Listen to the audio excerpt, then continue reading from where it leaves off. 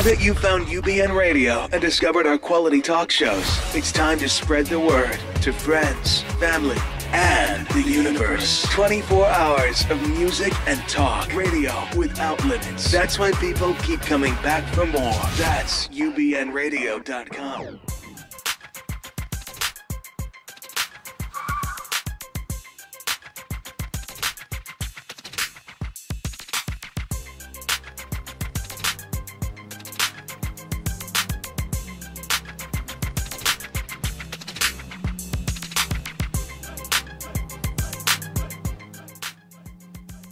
It's time for the Bonnie Sher Show, a whirlwind of wit, wisdom, celebrity, and the boomer life. With a little bit of this and a lot of that and so much more you don't want to miss, here's Bonnie.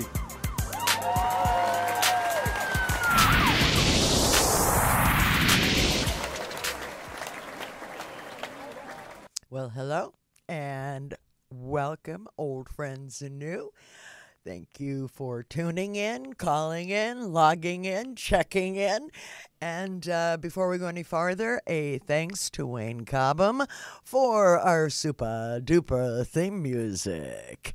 I'm Bonnie Sher, and I am your host and guide through the world of celebrity, the boomer life, the great generation, and the type 1 diabetes community.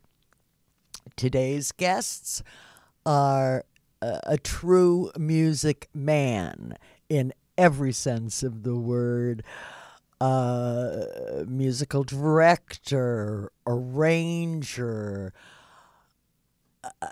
you name it, he's done it, not to mention also my musical director, just throw that one in, of 30 years, and that's Mario Sprouse. And along with Mario today, I have a member of the T1D community as my co-host, and that is the fair and lovely Rachel LaCrosse. So if you have a question or you have a comment, please call in at 323-843, I remember the rest, 2826. Or you can follow the hashtag, that's hashtag BSHER Radio on Twitter. So, now let's all settle in and say hello to my first guest, Mario Sprouse. Applause, applause, applause. What is it that we're living for? How are you? I'm good, Mario. How are you? I'm doing wonderful. I have a green screen behind me because I'm actually in the control room of my church. I'm on the TV. Wait a minute.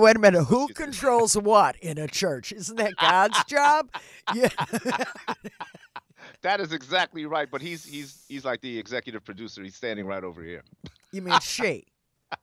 She, yes. I'm sorry. Yes, yeah, she. I knew that's where you're going, Mario. I've been reading shows. Yes. I have been reading on Facebook and all of my other little ways of keeping track of you. You have been traveling, working, doing so many different projects, as Yes. I've always known you to do, but I think now you're kind of top of the charts at this. Yes, I am. Can you give our listeners a little idea of what it is that it's like to be you? Wow. One, you don't want to be living in my head because it's music 24/7. Things that I'm practicing, things that I'm doing. For example, when I'm doing your show, the music starts about a week ahead of time, and then it just keeps going 24/7. Every song, every note, everything. So my head is filled with music. But I'm also the musical director for a group called Circular Time. We just got back from Algeria. We've been to... Oh, gosh, I've been musical director for this group for a long time, and we've been to Paris, to Strasbourg, to Colmar, France, to Africa. We've been all over the joint, and we were under the auspices of the U.S. Embassy going to Algeria. And what you're looking at is Basel. When we were in Switzerland, And we just love playing. We love performing. And my rule is that whenever I'm going overseas, I generally try to lose 5 to 10 pounds beforehand because, like all musicians, we eat like crazy. And so Especially when there's plenty of per diem to pay for all that eating. We like that too. that is correct. Feed Believe us, me. feed us. So, tell us a little bit more about the band itself. How did that come to be, and what is sort of the mission, if you will? Well, there's a couple of things. Circular Time actually is the brainchild of a person named Bart Reese. Bart Douglas is his stage name. And he actually contacted me because a mutual friend of ours, Bill Zeffro, contacted him and said, "Hey, there's this guy in New York that I think you can work with." And so back in 1997, we began working together. We started actually doing gigs, putting the band together with people that I've known for many, many years here in New York. Right. Tony Lewis on drums, Sly Scott on sax, and Quate Corti on guitar. People I've traveled with many, many times. And back in 2007, we said, let's do Paris. And somehow he arranged it for us to Let's go do and Paris. And we've been going ever since. So it's a marvelous experience. Not only the traveling part, of course, but playing music and seeing how the music affects people worldwide. I must say, when we were in Algeria, we were there to present a week of American culture to a group in Constantine under the auspices of the U.S. Embassy. They are hungry for jazz, hungry like you wouldn't believe for jazz, because they say jazz represents freedom. And that's the main thing that they really, really love. So we had standing room audiences and workshops that we were doing for kids and adults and musicians and anybody who could pick up an instrument. It was really wonderful to go out and see the folks as they were just having a wonderful time. That's amazing. I mean, it gives me goosebumps when I even think of that crossover. So let's see. Algerians like jazz. Are we booking a tour, Mario?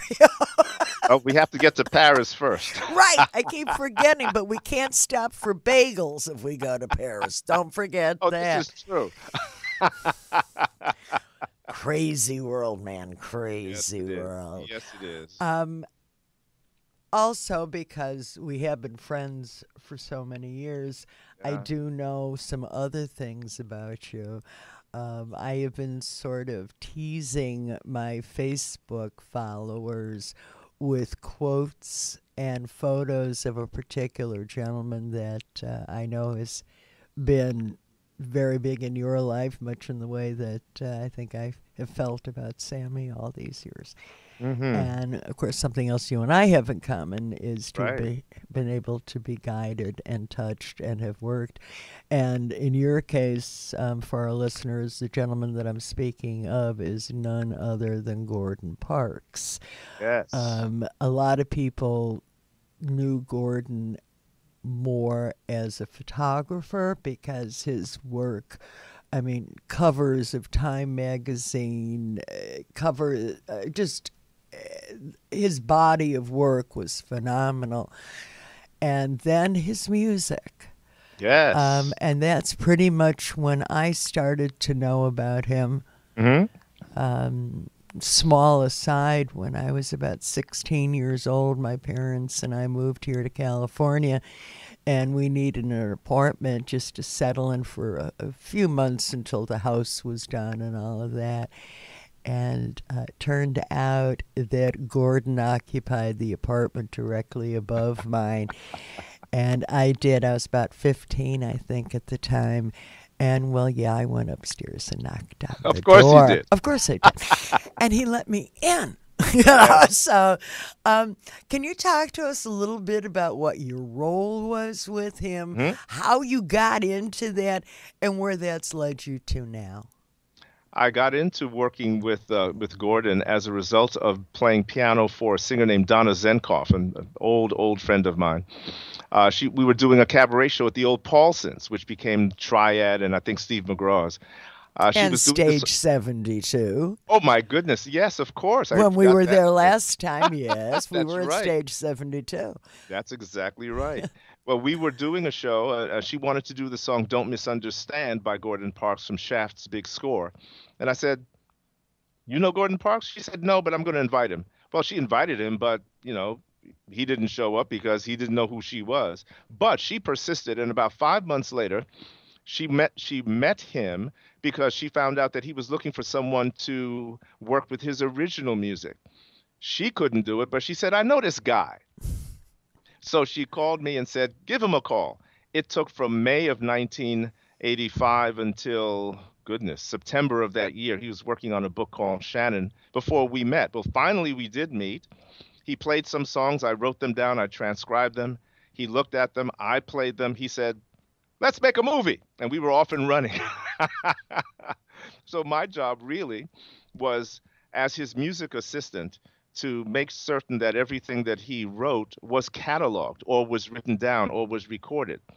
So I installed a recording studio in his den, and we became fast friends. We did 3 movies together, and I cataloged all of his music.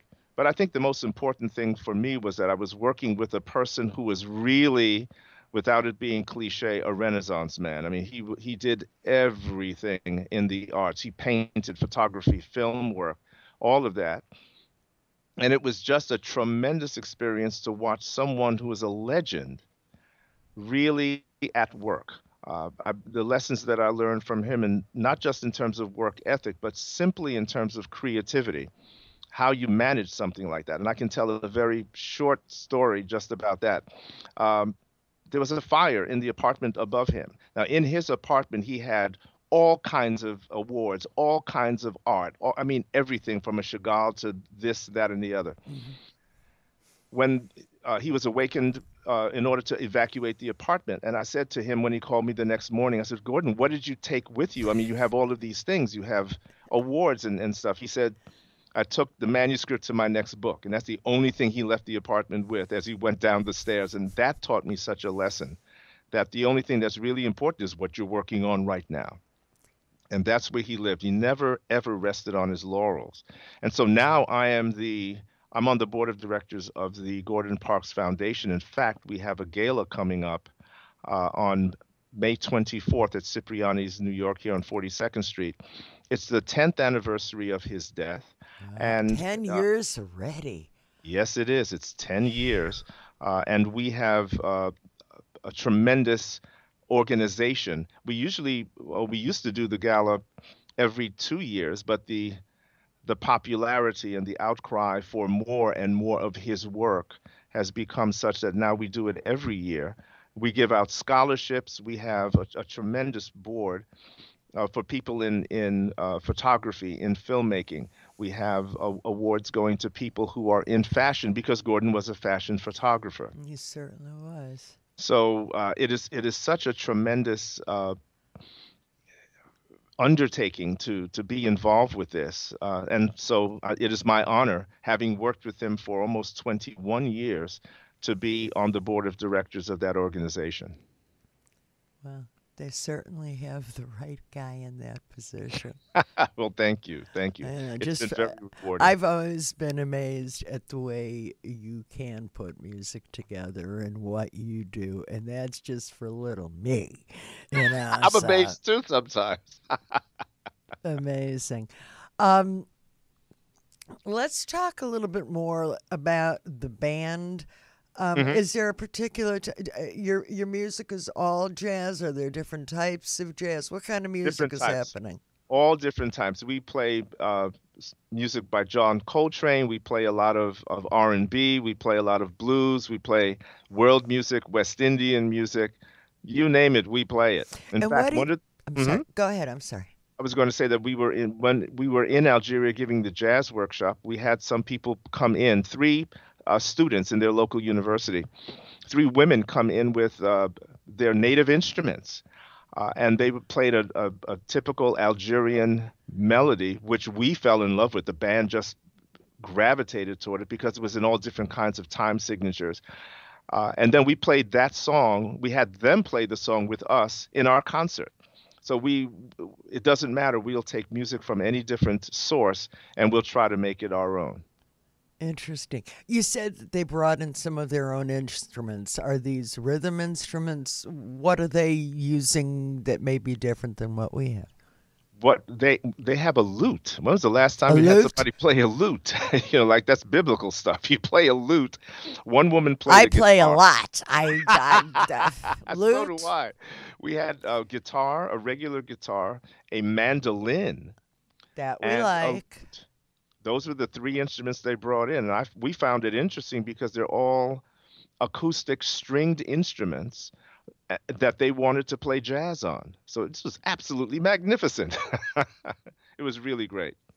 And Is we're still in touch with them now. So we incorporate our stuff into the music. The other thing that Circular Time does that I really am very proud of our group for is that wherever we are, wherever we can, we try to do a service to the local community. So whether it's a workshop or we've in Paris, we've played in prisons twice. When we were in Morocco, we played at for a benefit for an organization that takes abandoned children off the streets. We've played for the equivalent of the American Cancer Society in Paris. That's a part of what we do as well. And I think it's an important part because music, we're not just playing music just to play music, but we're playing it to heal and to communicate with people as well. oh, I think that is another incredible gift that you possess is, Oh, thank sending that along and giving that. And I know that having worked with you myself, how very giving you are to the people that you work with, your patience, and heaven knows with me.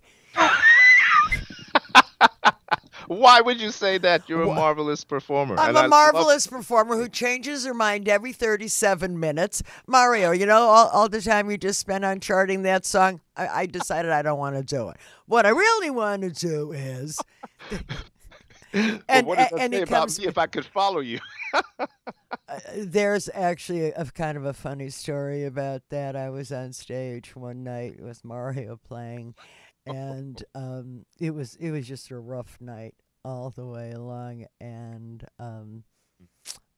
I kind of lost place of where I was in the show. It happened a lot, to tell you the truth. Anyway, so Mario, trying to help me out, plays the arpeggio. I said, aha! I know what song it is. I sang a totally different song. But Mario played the song I was singing, so it all worked out just fine. Right? Do you remember that? I do. I And very then much I remember. think I also remember a night that it could have even been the same night because I was just so off my pace. And I said goodnight to the audience. And I started to walk off thinking Yes. I'd come back for my little encore. And you just looked at me and you mouthed to me, we're not finished. Not finished. So we just sang more.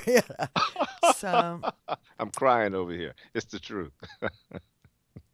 but that's one of the things that makes working with somebody like you make my work so much easier because I know that you are the wind beneath my wings. Oh, that's very nice of And you to say.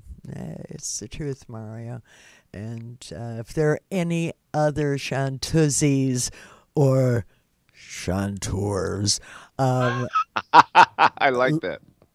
thank you, looking to work with arguably one of the finest I've ever worked with, go ahead and follow Mario Sprouse. And speaking of which, Mario, tell everybody how they can find you, how they can follow you. Not stalk you, but follow you.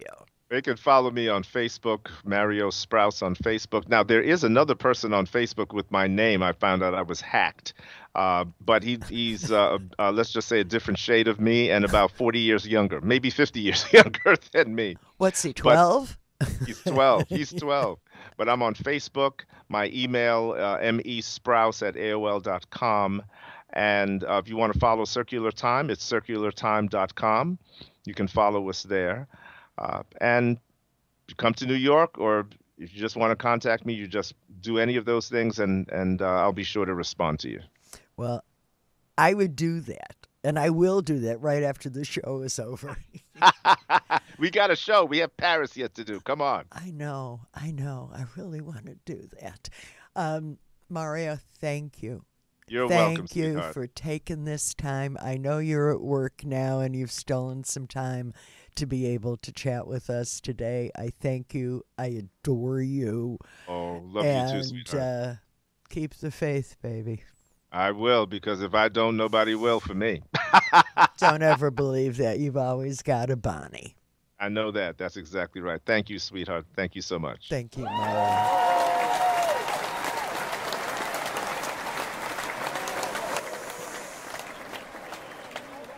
You are listening to the Bonnie Sher Show.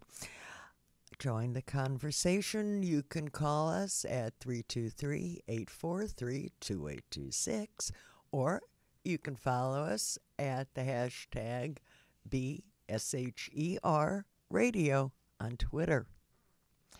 Coming up, a shout out and then followed by a shout out from my soapbox, rather, which is my take on who should be applauded and who should be terribly, terribly ashamed. But before we go to break, or let's go to break, because I already did the before break. This is now break. Let's go to break with a tune that was actually written by Mario Sprouse and is performed by Antoinette Staccato and Mario, and its title is Grass Never Grew Here. Take it away.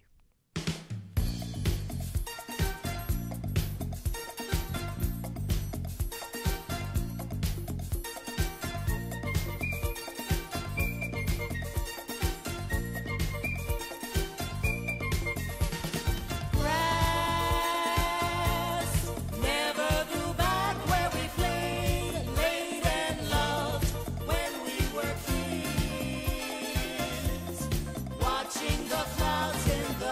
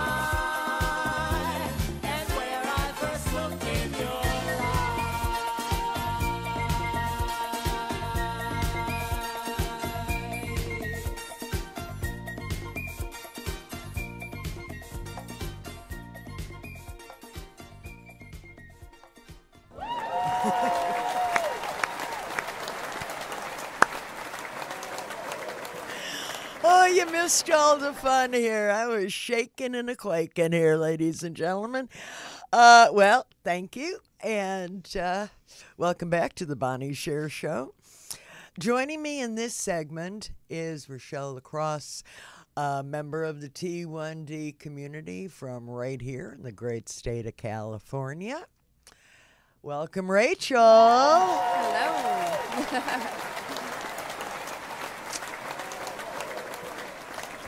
Rachel, you're a member of the T1D community, and you've been type 1 for a while, I presume.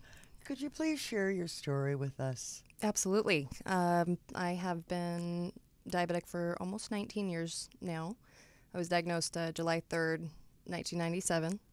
So it's been quite an interesting road to get to the point to where I'm at now.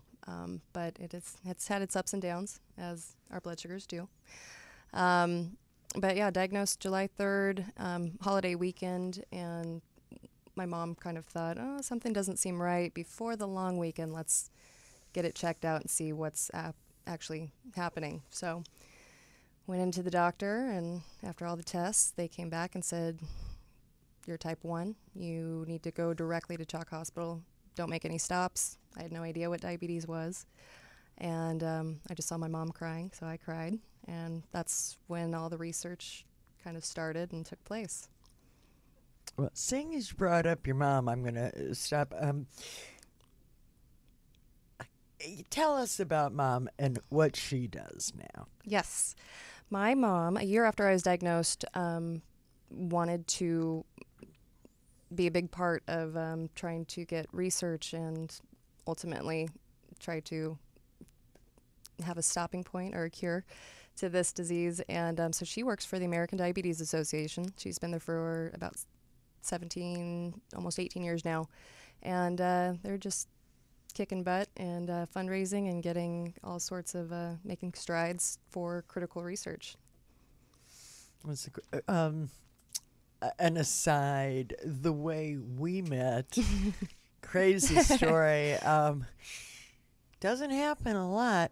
Yes, we were both enjoying a taping of Dancing with the Stars. And we happened just to be seated next to each other.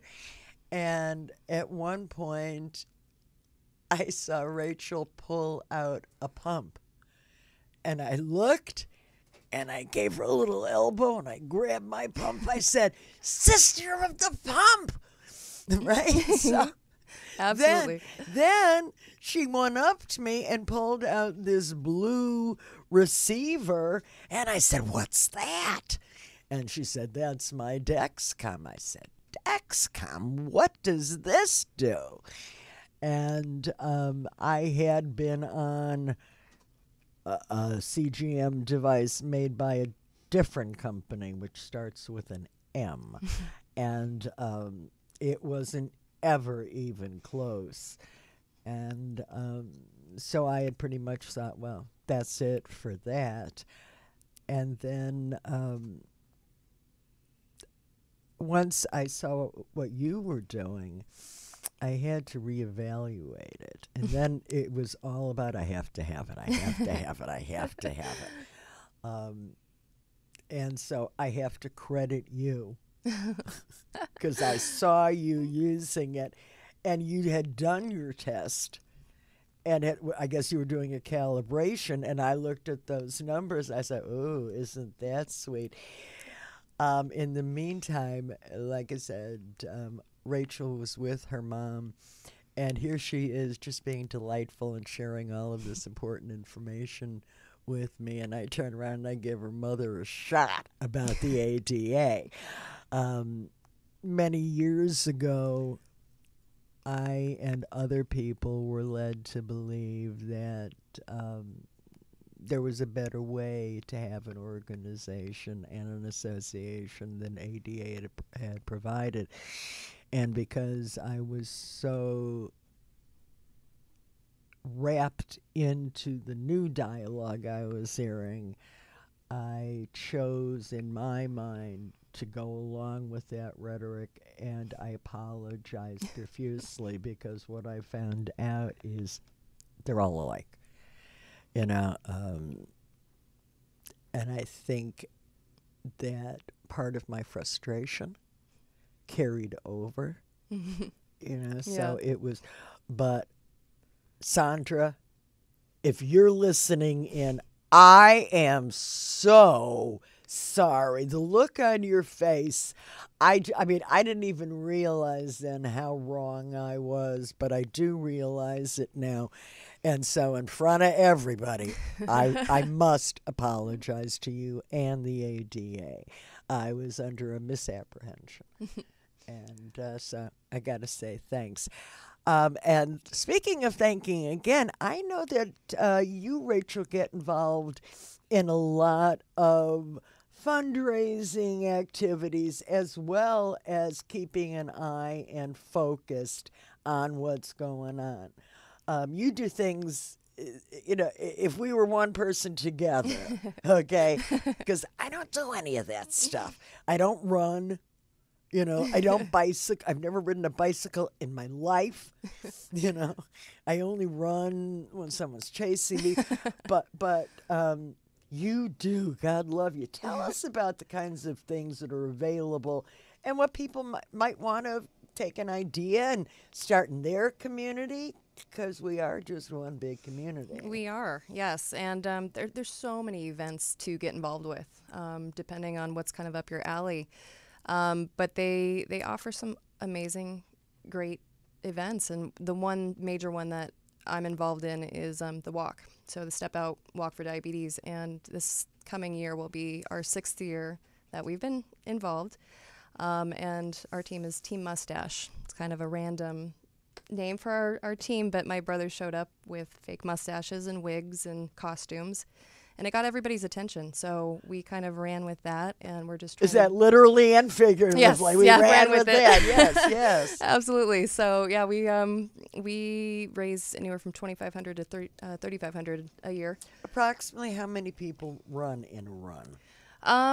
In my little team, it's kind of friends and family or whoever wants to put on a mustache and a costume, but they have, I think it's about 2,000 to 3,000 that show up to this walk, and it's just so empowering to show up and see all these people come together to fight this disease that is so close to everyone's heart. So it always brings a tear to my eye to see everybody come together and become one for this cause. Certainly, So, I can see that. So the next walk is when? It is October 29th. It's actually going to be at UCI in Irvine. So it's going to be there for this year. Next year, it's going to go back to Knott's Berry Farm, where it's been in the past. So it's a few days before Halloween. So they're encouraging everybody to dress up in costumes and try to match our our theme of just dressing up. We've done everything from last year we were cops and robbers. The year before that, it was prom. That was my favorite. Not only because I fit into my prom dress from 15 years ago, but it was fancy and fun. And to have my mustache with my red prom dress, it was great. I bet there are a couple of gals out there who really had a mustache in their prom day. So Yes. I don't know about that. So if people wanted to find out about local walks, is this all on the ADA site? Do you operate under them for these walks, or are you separate, or how does that all work? Yes, it's AmericanDiabetesAssociation.org, and they have all the different events, the locations, the dates, everything, so that way you can kind of be directed to what would work best for each person. But they have LA, Orange County, San Diego, all across the country. So they're making strides to get the funds for critical research, for the pump, for Dexcom, for all the things that try to make it a little bit easier to deal with. Well, they are to be blessed for the work that they do. If our listeners would like to stay in touch with you or find out more, how can you be reached? I am on Facebook, so I can definitely be reached Found. there. Great. And you can search out our team, Team Mustache. There's plenty of funny pictures and Yeah, I actually did see a couple of great shots. Mhm. And I thought, I don't remember that mustache on her. But it looked great. When you think about your future, how do you paint that? Well, how do you see yourself, let's say, in 5 years, even farther down in terms of the amount of time? I mean, this is given that a cure is not imminent, which I think we're pretty much all in agreement with. What do you do? What can you do? What can you share with others that keep you on your path? Even though, I mean, I don't think there's a one of us who wasn't told there'd be a cure in 5 years. Oh, yeah. I think that's the company line. Hello, here's your insulin and your syringes, but only for 5 years. Yeah, well, it's 49 years for me and 19 for you. What do you say? Just don't lose hope. Just for me, being more disciplined and kind of diligent and checking my Dexcom and my numbers and making sure everything matches up. And I can attest to that because, like I said, we were Dancing with the Stars. Yes. So for me, I just see myself being kind of staying on the same path, and if there's new avenues or new inventions and things that would help take up that burden, then of course, by all means, I'd be trying. So currently you're on a pump and a CGM, am I correct? Yes, I am part machine. That's what I call myself. My son bought me batteries a couple years back, and he said, well, Mom, you operate on a 9-volt. Yep. So, That's what keeps us going. absolutely, I go for that.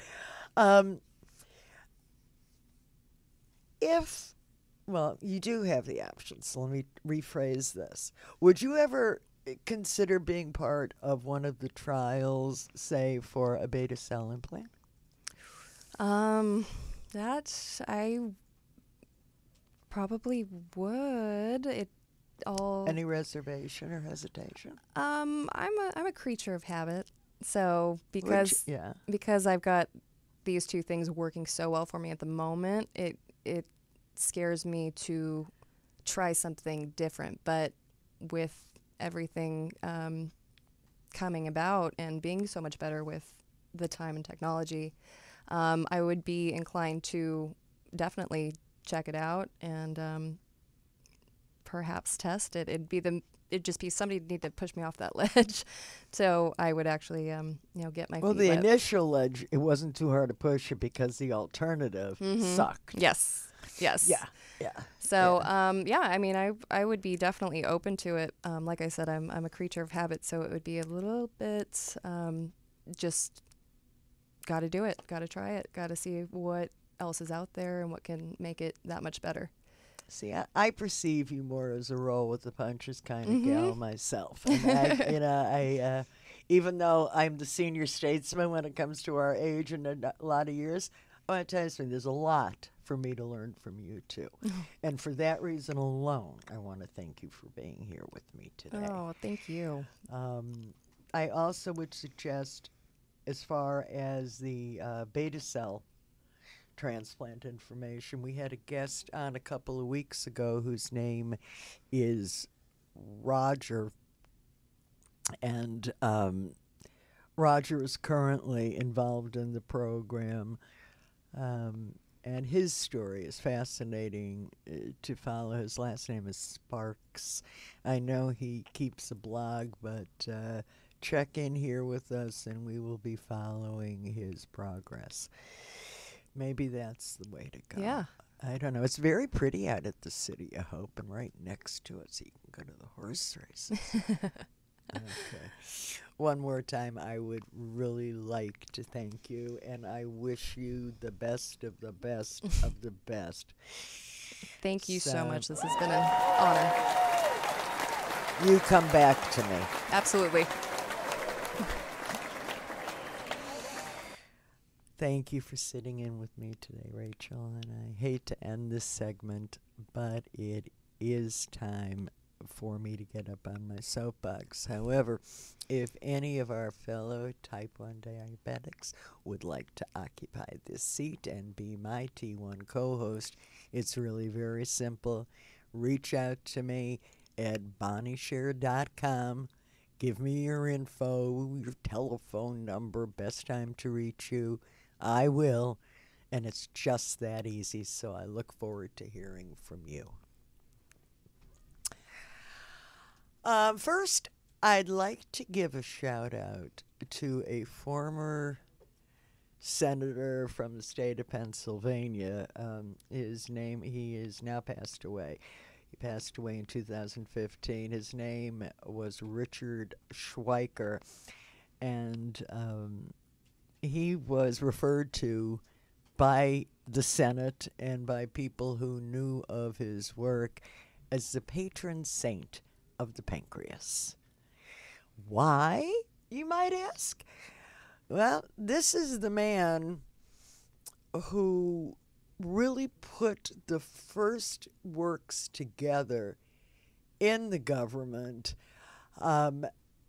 He was responsible, I think it was 1974, as he put together the National Commission on Diabetes, which then became the National Diabetes Act, which directed federal resources to go into diabetic research and the like. Interestingly, he had absolutely no connection to diabetes. He just felt he was doing the right thing. And having said that, he had a granddaughter who was diagnosed as a type 1 in 2003.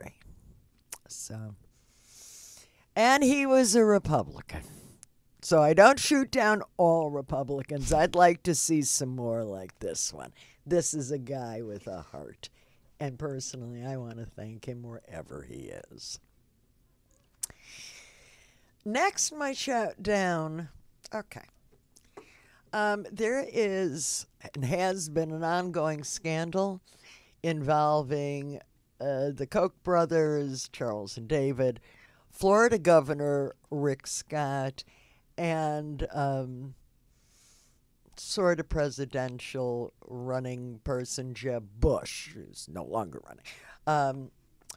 These gentlemen are part of a deal that allows Koch Industries, very profitable paper company called Georgia Pacific, to dump millions of gallons of toxic waste into the St. Johns River in Florida on a daily basis. Americans have come to find out about this massive corruption, and through an online petition, this group of 4 are now facing legal action by the United States Supreme Court. What in the world were you thinking? If you have an opinion, please visit my blog at bonniesher.com/blog and sound off. Well, that's our show for today. I hope you'll return next week for another 50 minutes of celebrity, the great boomer generation, and the type 1 diabetes community. But before I go, I also, because I almost forgot, but thanks to the great work in this room, you can applaud yourselves now. Today, I'd like to let you all know that Corey Bone of Crown and Anchor Jewelry has designed this beautiful necklace. It is made of freshwater pearls. It is all hand-wired in 14-karat gold. And just to make it a little more spiffy and attractive, he has also placed 2 sapphire beads in this necklace as well. So, in order to get to Corey, come on back to the bonniesher.com website, drop to the bottom. You'll see where to click. Click on Corey, And you too can be dressed in his wonderful jewelry. I hope you'll all return next week and follow us until then, please, at BonnieSher.com. Follow the number 1, Bonnie Sher, on Twitter. And you can also like the Bonnie Sings Lena, Lena, fan page on Facebook. Most of you know by now that Sammy Davis Jr. played an enormous part in my professional life and in my growing up spirited kind of life. He meant the world to me. And Sammy, if there are speakers up by the pearly gates, well then, this one's for you. Take us out.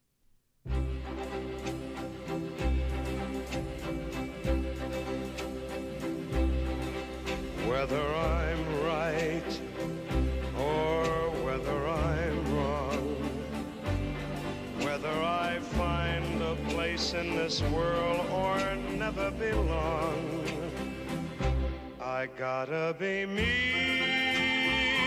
I gotta be me. What else can I be but what I am? I want to live, not merely survive. And I won't give up this dream of life that keeps me alive. I gotta be me. I gotta be me. The dream that I see makes me what I am. That faraway prize, a world of success, is waiting for me if I heed the call. I won't settle down, won't settle for less, as long as there's a chance that I can have it all. I'll go it alone, that's how it must be. I can't be right for somebody else if I'm not right for me. I gotta be free. I've gotta be free. Daring to try to do it or die. I've gotta be me. I'll go it alone. That's how it must be. I can't be right for somebody else if I'm not right for me.